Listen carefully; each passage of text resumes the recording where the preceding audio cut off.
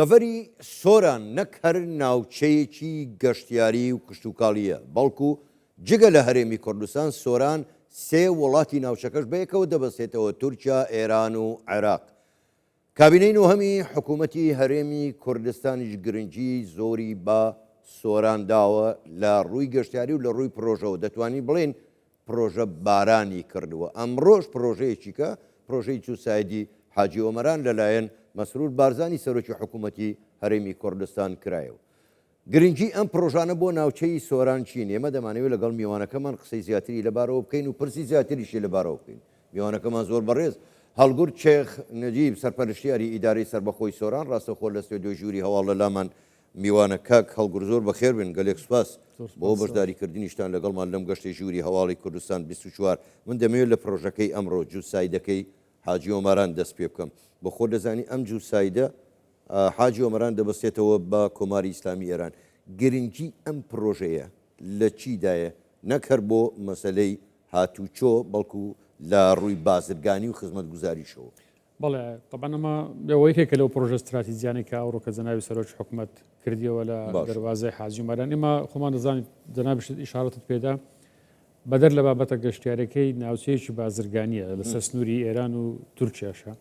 و حاجی ئۆمەران دەروازەیەکی گرینگە بەنسبەت ئێمە لە هەرێمی کوردستان. کردنەوەی ئەو دوو سایدی ئەمڕۆکە ئەنی دەستپێکی ئەوەیە کە خەڵکێک لە ئێران دێتن بە سیمایەکی جوان و ئاوادانی ببینن دەبینێتن کە ئەوە دێتە ناو ئەنی وا تەسەوڕ دەکەی کە هاتیە وڵاتێکی زۆر پێشکەوتوو کە داخل دەبیتن. تەبع ئەوە دەستپێکی ئەو پرۆژە استراتیجیای ڕێگاوبانە کە دەست پێ دەکاتن تا دەگاتە سۆران و تا دەگاتە هەولێرش. ئێمە کارمان لەسەر زۆر دارم باسی ئەومان کردیا دروستکردنی ژێرخانی ڕێگاوبان، چونکە دروستکردنی ژێرخانی ڕێگاوبان شادەماری هەردوو کەرتی گەشتیاری و بازرگانیە. بۆ ئێمە قۆناغ بە قۆناغ کە دەستمان پێ کردیا هەر لە جۆسایدی سپیرە خەلیفان بەستنەوەی و تا دەگاتە ناو سۆران و لە سۆران شتا دەگاتە حاجی ئۆمەران. ئێستامە دەواازەیەک کەشمان هەیە دەواازەی زیاترش کراوەتەوە لە ماوەی ئەو چاڵ ساڵانی ڕابردوو فەرات ئەمە بە بەردەوامی ینی بە بەردەوامی ئەگەر داتا پرۆژەکان دوای ئێستا باسی دەکەین بە بەردەوامی ئێمە پرۆژەکانی استراتیزی لە ڕووی ڕێگاوبانەوە بەڵام ئەوە لەسەر حیسابی پرۆژە خزمەتگوزارە سەرەتاییەکان نەبووە بۆ کوچە و کۆڵانەکان و گەڕەکەکان و هەم ناوسەنتەرەکانی شار. بۆیە بەڕاستی وەکو تازە جەنابەت ئەمە ناومان لێناوە شۆڕشی ئاوەدانی، یعنی ئەوەی کە لە ماوەی ئەو چەند ساڵەی ئیدارەی سەربەخۆی سۆران لە جێبەجێکردنی پرۆژەکان کراوە سەرەڕای هەموو قەیران و گرفتەکان بەراورد ناکرێتن لەگەڵ دەست خۆش زۆر باشە. ئێمە دەزانین ینی هەموو ئەو خەیرانانەی کە عێراق بۆی دروستکردین بەڵام پرۆژەی ئاوەدانی وەکو خۆشتان ئاماژەتان پێدا نەوەستا. من دەمێ باسی پرۆژەیەکی ترم بۆ بکەی، پرۆژەی بەرزەپردەکەی سۆران. ئەوەش یەکێکە لەو پرۆژە استراتیجی و گرنگ و جوانانی کە نەک لە کوردستان لە عێراق و پێم وایە لە ناوچەکەش نەکراوە. ئەمە چی دەکات؟ چۆن ئەو ناوچانە هەمووی بەیەکەوە دەبەستێتەوە؟ ئەوە وەکو باسم کرد ئێستا ئەمە ئەو جوڵەی بازرگانی کە لە حاجی ئۆمەران هەیە بە ناو شاری سۆراندا تێدەپەڕێتن بۆ هەولێر بۆ ئەوەی ئەمە ئەو کێشە و گرفتانەی جوڵەی حرەکەی خەڵکیش هاوڵاتیانش دروست نەکاتن. ئەمە ئەو بەرزە پردەمان لە دەواازەی سۆران دروست کرد. بە تەوابوونی ئەو پرۆژەیە هەموو جوڵە بازرگانەکان و هەموو باڕگڵەکانی کە لە حاجی ئۆمەرانەوە دێن بەناو سۆران تێبڕن ئێستا هیچ ئاستەنگێک بۆ هاتوچۆ خەڵکی سۆران و شارەکان دروست ناکەن، بەناو سۆراندا تێدەپەڕێتن. ئەوە تەمانە باستۆ دەکەم کە ئاستەنگ بۆ هاتوچۆ دروست ناکەن، بەڵام بە دڵنیاییەوە خەڵکی هەموو قەزایەکانی ئێستا چۆمان و مێرگە سۆر و ڕواندز و ئەوانش کە دێن ئەو حرەکێ دروست دەبێتن بەناو سۆران ئێستا بە هەبوونی ئەو پرۆژەیە ئەو بەرزە پردە زۆر بە ئاسانی و لە ڕووی سەلامەتیشەوە چونکە لە ماوەی ساڵانی ڕابردوو ئەو زادێک کە پێشتری هەبوو فلکەیەکی هەبوو لە پێش نخۆشخانەی ئاشتی بە داتا لە بەردەستماندایە تقریبان هەفتانە ئەمە دوو ڕووداوی هاتوچۆمان لەو فلکانە هەبوو چونکە تو حسابی خۆت بکە ئەو هەموو بار هەڵگرا بێتن لەوێندران بسوڕێتەوە بەو شێوەیە تەوان شێوەکە هەم بخۆشی هەروازە بۆ بەڕاستی کێشەیەکی زۆر گەورە بوو بە خۆشحاڵیەوە ئێستا دوای تەوابوونی ئەو پرۆژەیە جوڵەیەکی زۆر بەبێت کێشە و بەبێ ئەوەی تقریبا دەتوانم لە ڕووی سەلامەتیەوە کە دەتوانم بە سفری ناو بنم لە ڕووداوەکانی هاتوچۆ. تەوانەوە ئەگەر دەبێ هاوڵاتیان پابندی وەکو جەنابی سەرۆکی حکوومەتیش ئاماژەیە پێکرد کە دەبێ خەڵک پابندی ڕێنماییەکانی هاتوچۆ بن، بەڵام پرۆژەیەکی گرنگ بوو بەنسبەت سۆران. باش کە کەڵگورد با بێنە سەر مەسەلەی واز لە خزمەتگوزاری و پرۆژەی بازرگانی ئەوانە بێنین گەشت و گوزار. سۆران بۆ خۆ دەزانی ناوچەیەکی گەشت و گوزارە دوو پرۆژەی زۆر گرنگ ئیشی تیا دەکرێت کاری تیا دەکرێت کە هەردووچان پرۆژەی بێخاڵ لەگەڵ گەلی عەلی بەگن پێت وانەیە کاکەڵگوور بە تەوابوونی ئەم دوو پرۆژەیە لە ڕووی گەشت و گوزارەوە نەک هەر هەرێمی کوردستان نەک هەر عێراق بەڵکو هەمووی تەواوی ناوچەکە دەخاتە سەر نەخشەی گەورەترین پرۆژەی گەشت و گوزاری لە ڕۆژهەڵاتی ناوەڕاست دەبێتە شتێکی نمونەی. ئەمە لە سۆران لە ڕووی گەشتیاریەوە ناوچەیەکی سروشتی زۆر دڵگیر و دڵڕفێنە لە هەر چوار وەرزی ساڵ ئێمە دەتوانین سوودی لێ وەربگرین ئەو بابەتە سروشتەکەی جوگرافیەکەی باشە لە بابەتی شوێنەوار ئێمە ناوچەیەکی زۆر شوێنەواری گرنگمان لە ناو تەواوی ئیداری سەربەخۆی سۆران هەیە کە دەتوانن سوودی لێ وەربگرین بەڵام ئەوەی کە کێشە بوو ئەوەی کە نەمان بوو سوود وەرگرتن بوو لەو سروشتە وەرگرتن بوو لەو شوێنەوارانە بۆ ئەوەی ئێمە بتوانین سەرنجی گەشتیاران ڕابچێشین شوێن شتەکانمان هەبوو بەڵام نەمان دەتوانین چۆن ئەو کەرتە بەکاربین ڕوئیای جەنابی سەرۆک حکوومەت لەو بابەتەی ڕوئیایەکی زۆر دوورمەودایە و جەنابیان لە ماوەی 2 ساڵی 3 ساڵی ڕابردوو زۆر بەچڕی کاری لەسەر دروستکردنی ماستەر پلانێکی گەشتیاری کرد کە خودی جەنابیان بەخۆی سەرپەرشتی ئەو پلانەی دەکرد چکە ئەمە کە ئەو پلانەمان هەبوو لە گەرتیمێکی شارەزا و پسپۆر لە وڵاتی نەرویج کە ئەوانە کاریان لەسەر دیزایانی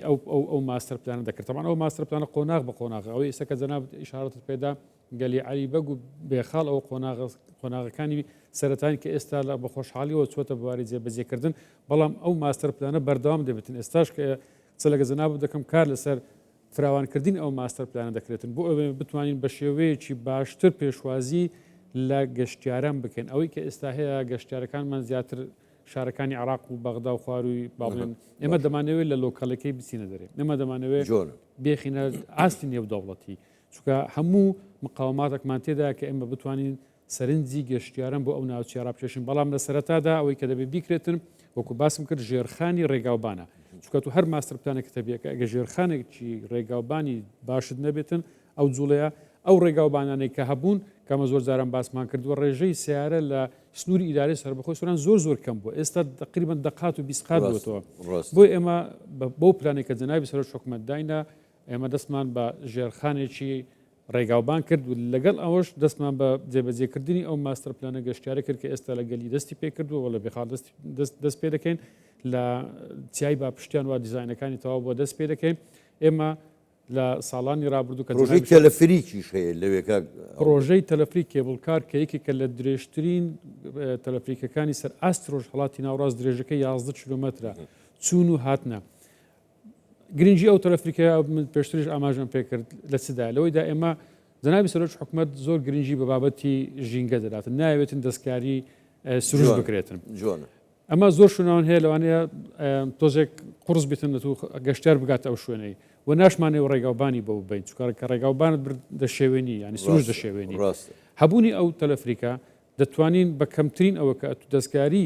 سروش نەکەی و لە هەموو زاویەکەوە گەشتیار بتوانیتن ئەو ناوچە دڵڕفێنە ببینێتن لە هەموو وەرزەکانی ساڵ و ئەو طبعا ئەو تەلەفریکە 11 کیلۆمەتر لەگەر تەلەفریکی کۆڕک دەبەسترێتەوە و ئەو ناوچە گەشتیارانێک کە هەشە بێخاڵ گەلی عەلیبەگ شنگلبانە کۆڕک لە هەر نقطەیە کە ستێشینی لێە ئەتو ڤیۆیەکی جیاواز هەیە لە ینی شوێنمان هەیە ئەوەندە ئەشکەوتەوانێت تا ئێستا خەڵکی ناوچەکەش نێتوانی بستێوێنەران بەڵام بە تەوابوون ئەو تەلەفریکە دەست خۆش کاکەڵگوردە کاتم زۆر کەم ماوە من دەمێت ئێستا ئەگەر بە کورتیش وەڵام دێتەوە من سوپاست دەکەم ئێستا خەڵکی دەڤەری سۆران بە ئاشکرا بە چاوی خۆیان ئەم هەموو پرۆژە خزمەت گوزاریە دەبینن پێ دوانێ ئیتر ئەوەیە کاتیەوەیە کە خەڵکی دەڤەری سۆرانیش بە دەنگدانیان بە لیستی 275 پارتی دیموکراتی کوردستان بڵێن دەست خۆش سپاس ئەمە ئەم جارێ شتێک باز دەکرێت لە دیندا لەگەر نوێژی یان ڕۆژی ڕەمەزانان بە دەجاری لە خێر زیاترە ڕاستە ئەو پرۆژانی کە جەنابی سەرۆک حکوومەت لە ماوەی ئەو ساڵانەرا هەر پرۆژەیە بەرامبەر 10 پرۆژەیە بۆ چونکە قەیرانێکی زۆر دژایەتێکی زۆری لە ناوەخۆی بۆگرا هەموو پرۆژەکان هەر لە پرۆژەی ڕۆناچی کە هەموو خەڵک ئاواتی بوو تا دەگاتە هەژماری من تا دەگاتە پرۆژەکانی ڕێگاوبان کە خەڵک ئاواتی بوو ئەوانە هەمووی جێبەجێکرا بەڵام هەمووی هاتوۆتۆتی بەڵام ئەو بە ئاسانی نەبووە ئەوە سەرۆکی حکوومەت نەبووە کە هەموو ئیمکانەتش لە بەدەستی دابێت و بەرنامە پلانی خۆی نەخێر ئەو لەگەر جێبەجێکردنی پرۆژەکان هەوڵی داوە ئەو بربەستانێک کە بۆ دروست دەکرێتن ئەو دوجاتانی کە دەیکرێتن حتا لە ڕووی ئیعلامیشەوە ینی پێ دوایتر ئەم جارە زۆرترین دەنگ لە سۆران دەبێت بۆ پارتی ئەوە بە دڵنیاییەوە سۆران تەوان سۆران قەڵای زەردی پارتی بووە و هەرکە پێشتریش ینی دەنگدەرانی سۆران و ئەوەی خەڵکی سۆرانش جا دەکاتەوە کاکفرە دەمەوە باز بکەم ئەمە ئەوە منەت نیە بەسەر سەری خەڵکیەوە دەکەین ئەوە ئەرچی حکوومەتە جێبەجێ دەکەن بەڵام منەتیشان پێ بە خزمەتکردنی کە حکوومەت لێنرا خزمەتێک و جیاوازیمە لەگەڵ لایەنەکانی دیکە ئەوێ ئێمە بە خزمەتکردن دەتوانین قسە لەگە خەڵک بکەین زۆر باشە دەستخۆ زۆر بەڕێز هەڵگوشێک نەجیب سەرپەرشتیاری ئیداری سەربەخۆی سۆران گەلێک سوپاس کە بەشدار بووی لەگەڵمان لە ژووری هەواڵی کوردستان 24 سپاس بۆ